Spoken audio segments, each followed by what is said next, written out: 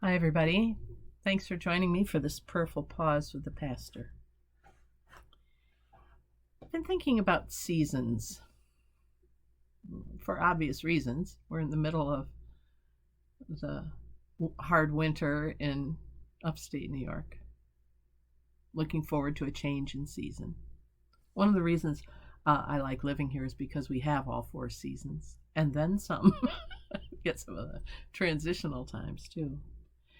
But more than that, I'm feeling about or thinking about seasons of our lives. I don't think anyone can script them for us.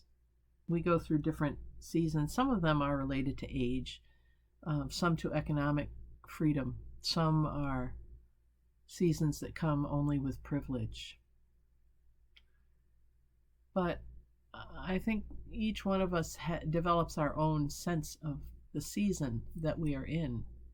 If it's a season of birthing new ideas or trying new things at any age, it could be a spring season, or it could be a spring overlay of the autumnal season in our lives, or of the winter season.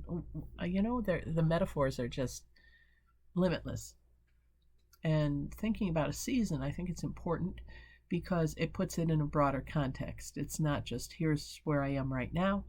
This is who I am today. A season is generally, it takes a little time to get into it. Then you're at the height of the season, then you get out of it. I was reminded of this with the opening ceremony of the Beijing Olympics. I don't know if you saw that.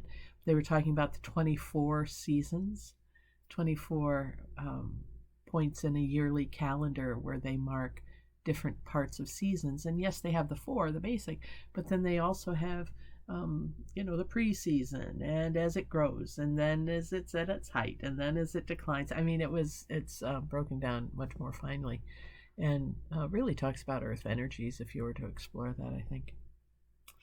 But what season are you in?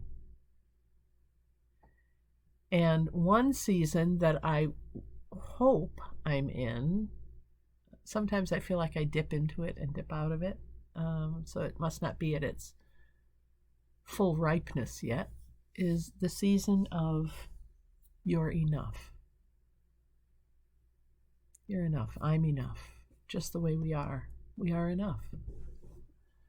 Are you in that season? Is that something that you resonate with? That you're enough? I'm enough. Just the way we are. We're good enough. We are who we are supposed to be. We're enough.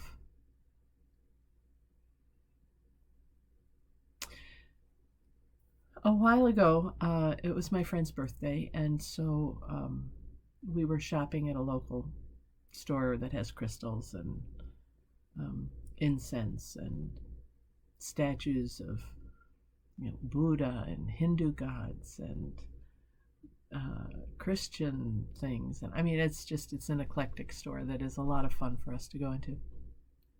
And while we were there was a psychic present, and I've gone to them off and on in my life. I take it with a grain of salt, and yet sometimes I've found them to be pretty accurate.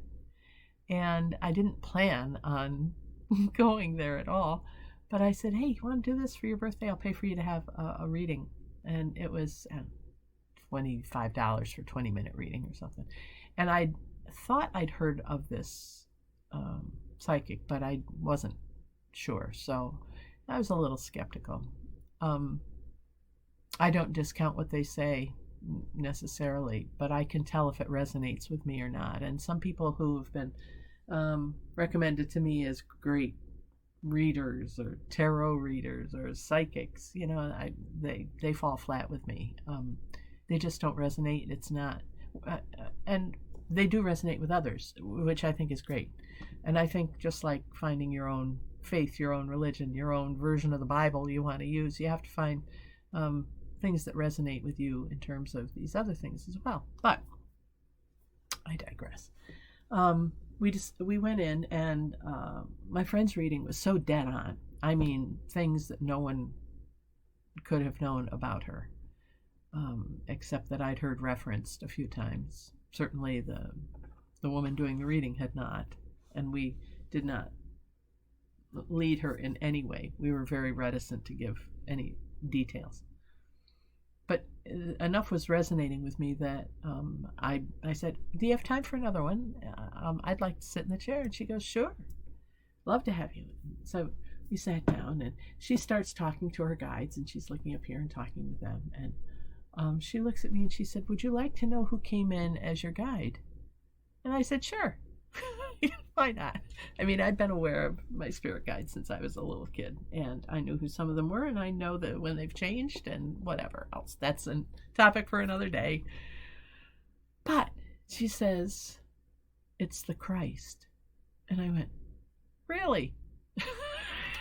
I hadn't told her anything about me. And she said, yes. Oh. And then she starts telling me about my ministry, about what I do, about what I will be doing. She is so perfectly describing the work of Firebird Spirit. It was a little uncanny. And I said, she said, do you have any questions? I said, yes. Is Firebird Spirit related to this at all? And she looked and was asking them, and she looks at me and she says, I don't know what that is, but they say absolutely yes.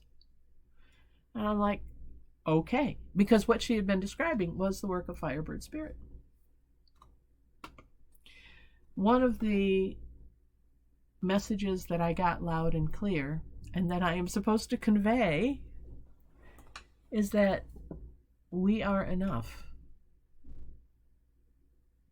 We are enough.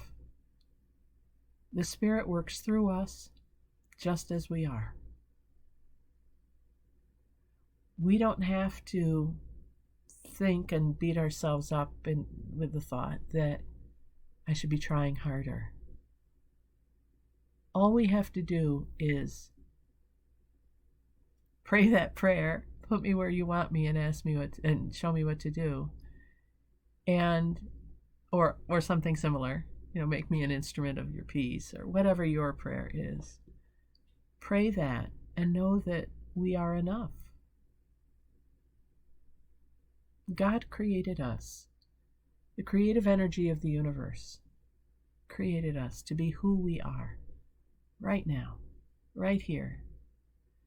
And we may feel like our life is, nearing the season of completion and we don't have much to offer anymore. You are enough. Or we might be feeling like I've been stifled in everything I've tried to do. My self-concept is in the toilet. Well, drag it out of there, because you are enough. And that's what Jesus was talking about on the Sermon on the Mount and all the Beatitudes. We are blessed, just the way we are. We're blessed. So I invite you to make that part of your season, whatever season you're in your life. May it be part of the season of I am enough. And invite God, the Spirit, through intuition maybe, through witness, through all the things we've been talking about. Invite God to work through you, just the way you are, because you are loved beyond belief. Okay, everybody. Don't send me all the letters about how I'm going to hell because I go to a psychic, okay? Been down that road. I've already dealt with that in my life. I'm enough. I hope you have a great day. I'm Pastor Deb Swift of South Presbyterian Church in Rochester, New York. Blessings on you. You are enough. Bye for now.